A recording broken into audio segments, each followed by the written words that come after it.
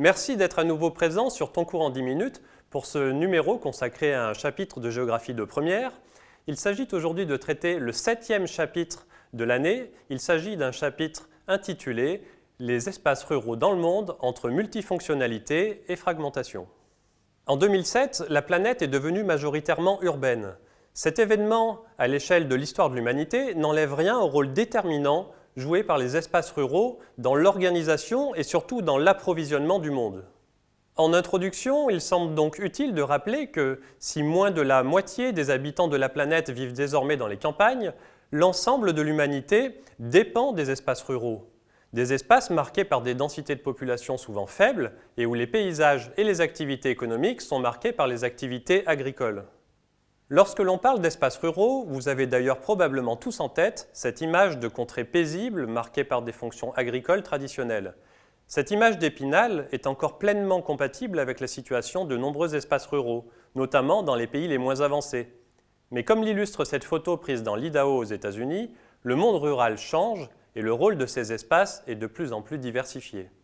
On étudiera dans cette vidéo cette diversité de situations en prenant soin de distinguer les différentes tendances qui se dégagent tant dans les pays du Nord que dans les pays du Sud.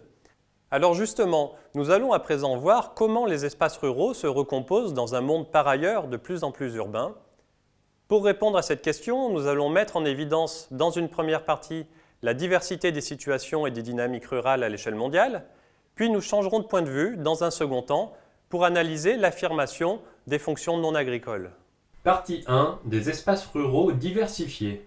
Grand A, des dynamiques démographiques contrastées. Avant la révolution industrielle, la population rurale était très majoritaire et la part de ruraux parmi la population totale était globalement stable et relativement homogène à l'échelle mondiale. La révolution industrielle qui débute en Angleterre au XVIIIe siècle a totalement bouleversé le rapport entre ville et campagne.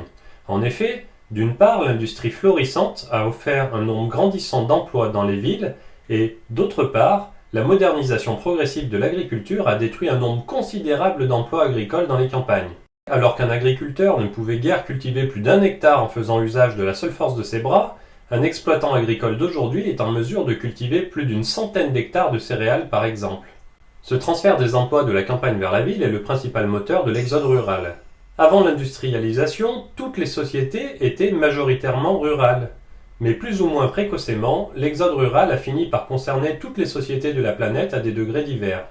Cela se matérialise par la réduction du nombre de ruraux et par une augmentation comparable de la part des urbains. Cette phase de transition s'étale généralement sur plusieurs décennies et provoque le basculement des sociétés majoritairement rurales vers des sociétés majoritairement urbaines. Dans les pays occidentaux d'Europe de l'Ouest et d'Amérique du Nord, ce phénomène d'exode rural a atteint son paroxysme à la fin du XIXe siècle et au début du XXe siècle. Les États-Unis, par exemple, sont devenus un pays majoritairement urbain en 1914. En France, c'est en 1931 que la bascule s'est opérée. Ensuite, le phénomène s'est propagé à l'Amérique latine, puis à l'Asie et enfin à l'Afrique subsaharienne. Comme rappelé en introduction, c'est en 2007 seulement que le monde est devenu majoritairement urbain. Aujourd'hui, les habitants des États-Unis, de France et du Brésil vivent dans des sociétés urbaines dont les campagnes sont marquées par la déprise rurale, c'est-à-dire par une fragilisation sociale sous l'effet du dépeuplement, du vieillissement et de la disparition des activités rurales. À l'échelle mondiale, c'est néanmoins la période de transition qui bat son plein, ce qui explique la très grande diversité de situations et les transformations démographiques majeures que connaissent à la fois les espaces urbains et les espaces ruraux. En Afrique subsaharienne et en Asie du Sud, les sociétés rurales dominent. Selon les prévisions, certains pays comme l'Inde, où près d'1 milliard d'habitants vivent dans les espaces ruraux, ne deviendront pas des sociétés urbaines avant 2045. Ces espaces ruraux peuvent être parfois très densément peuplés, comme en Indonésie, où la densité d'habitants par kilomètre carré est parfois supérieure à certains espaces urbains d'Amérique du Nord. Actuellement, à l'échelle mondiale, on constate d'importantes disparités. Alors que les pays industrialisés de la triade, mais aussi les pays neufs d'Amérique latine et d'Océanie sont déjà des pays très majoritairement urbains, on constate que des sociétés rurales se maintiennent, surtout en Asie du Sud et en Afrique. Plus étonnant encore, dans certaines sociétés urbaines des pays du Nord, on constate parfois des formes de retour vers les campagnes qui ont amené certains géographes à parler de véritables renaissances rurales. Ces renaissances sont souvent favorisées par la diversification récente des activités en zone rurale, un point sur lequel on reviendra dans la seconde partie de cette vidéo. Grand B, des activités agricoles maintenues mais renouvelées. En dépit de ces renaissances rurales, impulsées par la diversification des activités, les espaces ruraux restent encore marqués par la prédominance des fonctions agricoles. L'agriculture transforme d'ailleurs près des 3/4 des paysages mondiaux. Aujourd'hui, dans le monde, l'agriculture est aussi la première source d'emploi. En effet, il y a environ 1,3 milliard d'agriculteurs dans le monde. Ces fonctions agricoles se maintiennent donc, mais elles sont renouvelées et des conflits d'usage apparaissent entre les deux principales formes d'agriculture que l'on rencontre aujourd'hui, l'agriculture traditionnelle ou agriculture vivrière d'une part et l'agriculture productiviste destinée au marché mondial d'autre part. L'agriculture traditionnelle domine encore dans les sociétés rurales d'Asie du Sud et du Sud-Est, ainsi que sur l'ensemble du continent africain. L'élevage nomade ou semi-nomade fréquent en Asie centrale et en Afrique, ainsi que les cultures familiales, parfois itinérantes et sur brûlis, comme sur cette photo prise en Thaïlande, entrent dans cette catégorie d'agriculture souvent vivrière ou destinée à alimenter les marchés locaux. Lorsqu'elle est sédentaire, cette agriculture familiale peut permettre à certains territoires ruraux de maintenir de fortes densités de population. C'est particulièrement vrai en Asie, mais aussi dans certains espaces ruraux africains, comme dans la vallée du Nil ou la région des Grands Lacs. Souvent, l'agriculture traditionnelle est constituée d'agriculteurs mettant en valeur de toutes petites parcelles avec des moyens rudimentaires. La productivité de ces agriculteurs est souvent faible, ce qui maintient les sociétés rurales de ces pays dans une grande précarité, comme sur cette photo prise à Madagascar. À Madagascar, justement, comme dans un nombre croissant de pays du Sud, cette agriculture entre en conflit avec l'agriculture moderne et productiviste, qui tente de s'approprier brutalement des terres jusque-là mises en valeur par des petits paysans. C'est le phénomène de land grabbing. Cette pratique peut provoquer de graves troubles politiques et elle déstabilise les sociétés rurales car l'agriculture productiviste présente un modèle économique et social radicalement différent. Cette dernière domine en Europe de l'Ouest, mais aussi dans les pays neufs, notamment en Amérique et en Océanie. Elle s'appuie sur une mécanisation à outrance et sur une main-d'œuvre réduite. Les techniques culturales utilisées créent des paysages monotones et détruisent les écosystèmes. Étant largement destinée à satisfaire le marché international, elle est parfois qualifiée d'agriculture exportatrice. Cette agriculture est de moins en moins destinée à satisfaire l'alimentation humaine directe. En effet, une part croissante de la production est destinée à alimenter le bétail et à produire des agrocarburants. En fonction des conditions écologiques, elle prend des formes variées. Élevage extensif de type ranching sous les climats semi-arides, céréaliculture et agriculture intensive sous les climats tempérés et là où les sols sont les plus fertiles, mais aussi agriculture méditerranéenne parfois très lucrative, comme dans ces vignobles de la Napa Valley en Californie, et culture de plantation produisant par exemple du café, du cacao ou du thé dans les climats chauds qui le permettent. Cette agriculture productiviste est souvent le moteur des fronts pionniers agricoles où disparaissent de vastes surfaces d'espaces naturels, notamment dans les forêts humides équatoriales. On constate aussi l'apparition d'une sorte de troisième voie agricole, ni véritablement traditionnelle, ni productiviste. Cette agriculture souvent biologique repose sur des modèles alternatifs et met en valeur des éléments tels que le terroir ou la traçabilité. Comme le montre cette carte par anamorphose, il s'agit d'un phénomène en pleine croissance qui redynamise les espaces ruraux en déprise des pays développés.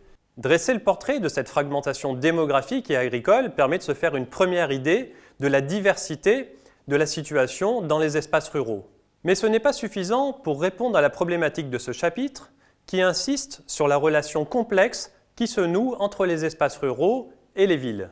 Alors dans une seconde partie, nous allons maintenant étudier les fonctions non agricoles qui se développent dans le monde rural, tout en insistant sur les relations parfois conflictuelles que cette nouvelle manière d'habiter le monde rural peut engendrer.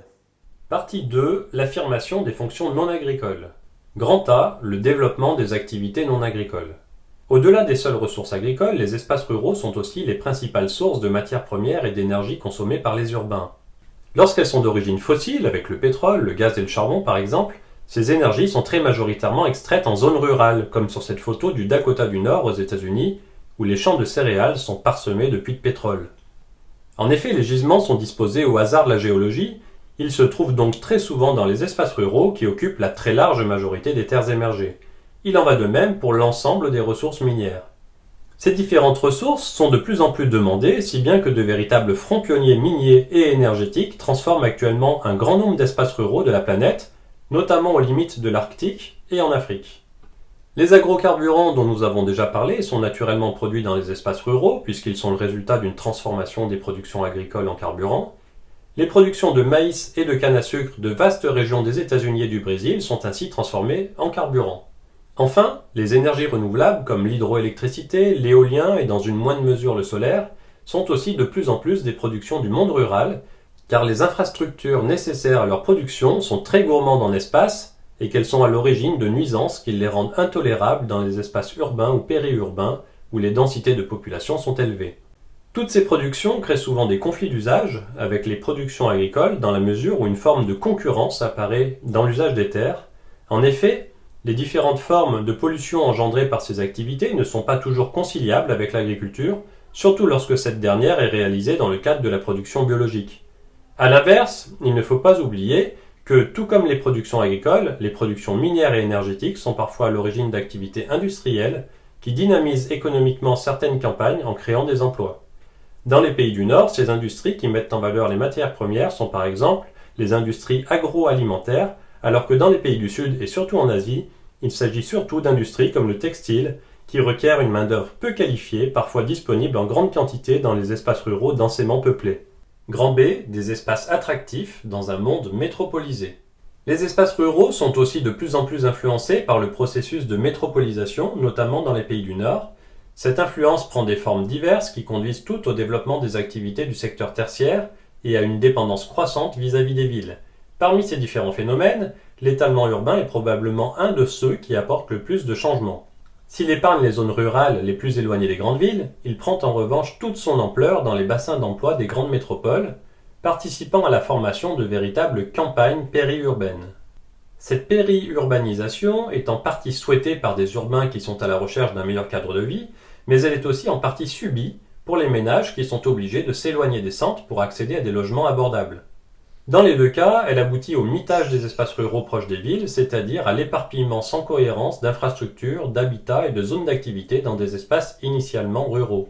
Cela provoque une disparition des terres agricoles, mais aussi une dépendance très forte des habitants vis-à-vis des métropoles dans lesquelles ils travaillent au prix de migrations pendulaires, coûteuses et chronophages. Le second phénomène qui modifie en profondeur les modes d'habiter le monde rural concerne le tourisme. En effet, les espaces ruraux sont de plus en plus perçus pour leur potentiel récréatif. Dès les années 1950 dans les pays du Nord et depuis les années 2000 dans le reste du monde, les populations urbaines se sont mises à fréquenter les campagnes dans le cadre du tourisme. Ce tourisme rural est souvent associé à la patrimonialisation d'une partie croissante des espaces ruraux au sein de réserves et parcs naturels, comme sur cette carte de l'Alaska où l'on voit bien les surfaces importantes mises en réserve. Cette patrimonialisation des espaces ruraux, qui a lieu dans le monde entier, limite les possibilités d'exploitation des terres pour les agriculteurs. Par conséquent, si le tourisme rural et la périurbanisation permettent à un grand nombre d'espaces ruraux de mettre fin à l'exode rural et à la déprise, en créant des emplois et en drainant des populations plus jeunes aux profils sociologiques variés, ce recul de la ruralité traditionnelle est aussi à l'origine de conflits de plus en plus fréquents entre les différents usagers, qu'ils soient agriculteurs, touristes, industriels ou néo-ruraux par exemple. On l'aura compris, les espaces ruraux ne forment pas un ensemble homogène. Ils sont fragmentés et offrent des situations démographiques, agricoles, sociales très variées.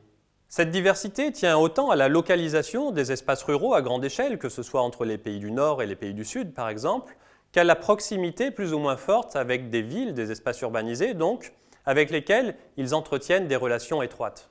Pour aller plus loin, je vous conseille à nouveau les indispensables fiches bac éditées chez Hatier, et pour étudier plus en détail ce chapitre, vous trouverez la réponse aux questions que vous vous posez dans l'ouvrage d'Alexis Gonin et Christophe Keva. Cette géographie des espaces ruraux explique les problématiques et les notions clés au travers de 8 chapitres de cours accessibles aux lycéens ambitieux. Chaque chapitre est constitué d'une page bilan pour aller rapidement à l'essentiel. Ainsi s'achève ce nouveau numéro de Ton cours en 10 minutes. Rendez-vous pour la suite du programme sur notre chaîne et d'ici là, n'oubliez pas de consulter les liens qui s'affichent ci-dessous. Ils vous donnent accès aux ouvrages qui ont permis de préparer cette vidéo et ils vous permettent aussi de lire et de relire le contenu de cette vidéo. Vous trouverez aussi les liens vers les vidéos qui traitent les autres chapitres de ce thème de géographie. Merci et restez curieux.